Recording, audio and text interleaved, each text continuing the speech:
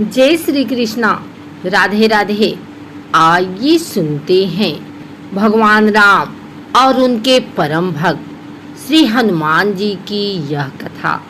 मर्यादा पुरुषोत्तम भगवान श्री राम के परम भक्त श्री हनुमान जी के बारे में तो सभी जानते हैं। यह भी जानते हैं कि दशरथ नंदन राम हनुमान के हृदय में बसते हैं।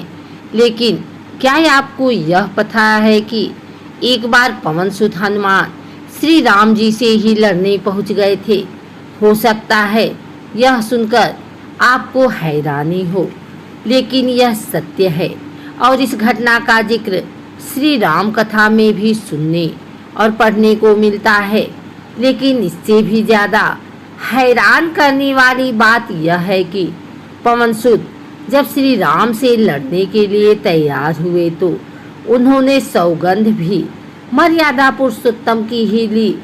आइए जानते हैं कि ऐसा क्या हुआ था कि श्री राम के परम भक्त पवन सुत को उनसे युद्ध करना पड़ा।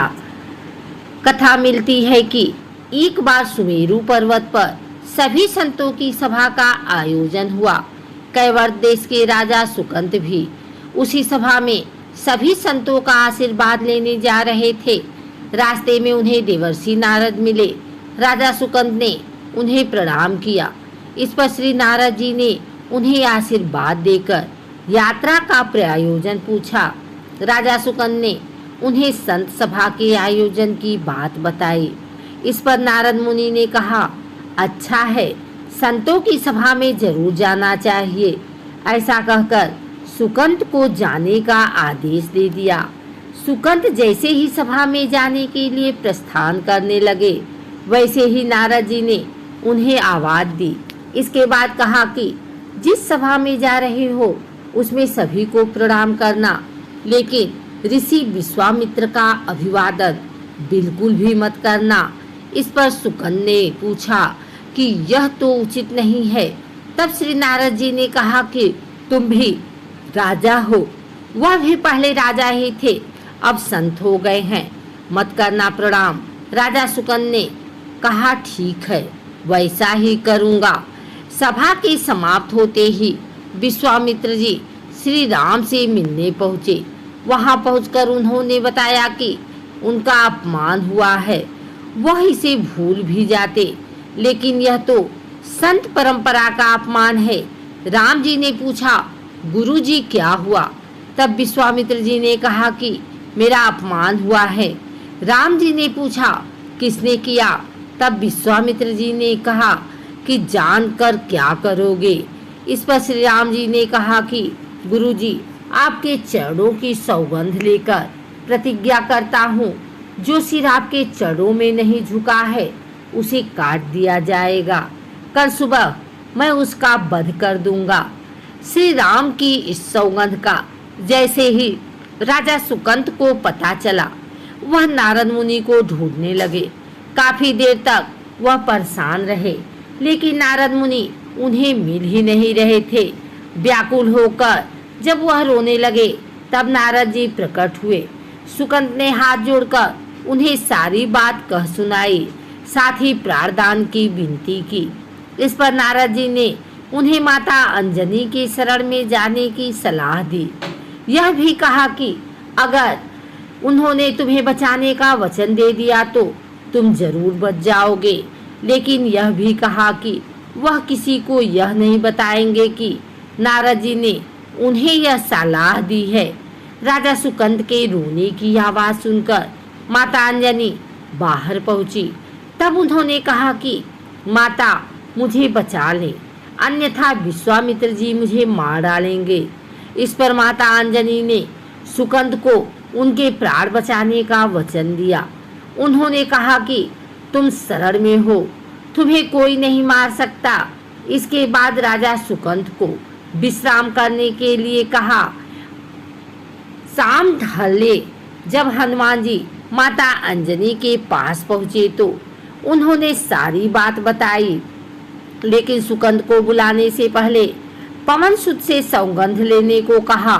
तब श्री हनुमान जी ने कहा कि वह श्री राम के चरणों की सौगंध लेते हैं कि वह सुकंद के प्राणों की रक्षा करेंगे। तब माता अंजनी ने राजा को बुलाया। हनुमान जी ने पूछा, कौन है तुम्हें मारना चाहता? तब सुकंद ने बताया कि श्री राम उन्हें मार डालेंगे। इतना सुनते ही माता अंजनी हैरान रह गई। उन्होंने कहा कि तुमने तो विश्वामित्र जी का नाम लिया था। तब राजा ने कहा कि नहीं, वह तो मरवा डालना चाहते हैं, लेकिन मारेंगे तो राम ही।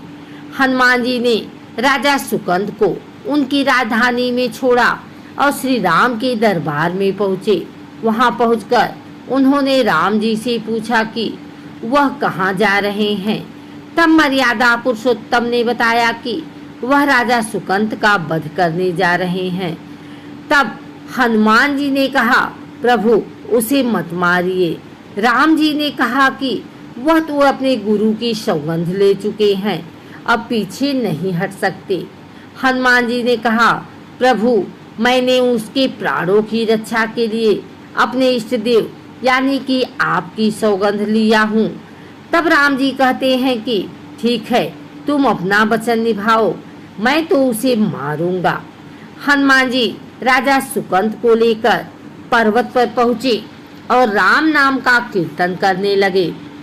उधर राम जी राजा सुकंद को मारने के लिए उनकी राजधानी पहुँचे, लेकिन वह नहीं मिले तो वह उन्हें ढूंढते हुए पर्वत पर पहुँचे। वहाँ हनुमान राम मंत्र का जाप कर रहे थे। राम जी को देखते ही सुकंद डर गए। उन्होंने कहा कि अब तो राम जी उसे मार ही डालेंगे। वह बार बार हनुमान जी से पूछता कि बच जाएंगे हम। तब उन्होंने कहा कि राम मंत्र का जप करते रहो और निश्चिंत रहो, भगवान नाम पर पूरा भरोसा रखो। लेकिन वह काफी डरे हुए थे, तो हनुमान जी ने सुकंद को राम नाम मंत्र के घेरे में बिठा दिया। इसके बाद राम नाम जपने लगे। राम जी ने राजा सुकंद को देखकर जब बाण चलाना शुरू किया तो वह राम नाम के मंत्र के आगे विफल हो जाते। राम जी हताश हो गए कि क्या करें। यह दृश्य देखकर श्री लक्ष्मण जी को लगा कि हनुमान जी भगवान राम को परेशान कर रहे हैं, तो उन्होंने स्वयं ही हनुमान जी पर बाण चला दिया। लेकिन यह क्या, उस बाण से पवन सुत के बजाय श्री राम मूर्छित हो गए। यह देखते ही लक्ष्मण जी दौड़ पड़े और देखते हैं कि बाण तो हनुमान जी पर चलाया था, लेकिन मूर्छित राम जी कैसे हो गए। तब उन्होंने देखा कि पवन सुत के हृदय में तो श्री राम बसते हैं।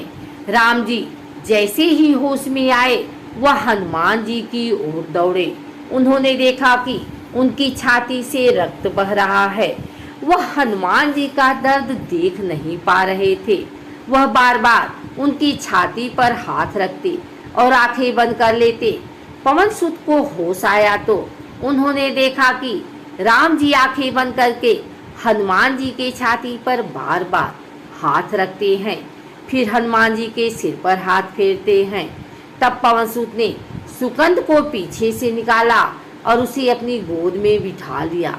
तभी राम ने फिर से हनुमान जी के माथे पर हाथ फेरा, लेकिन इस बार वहां पवन सुत की जगह राजा सुकंद थे। राम जी मुस्कुराए और हनुमान जी बोल उठे कि नाथ, अब तो आपने इनके सिर पर हाथ रख दिया है, अब तो सब कुछ आपके हाथ में है।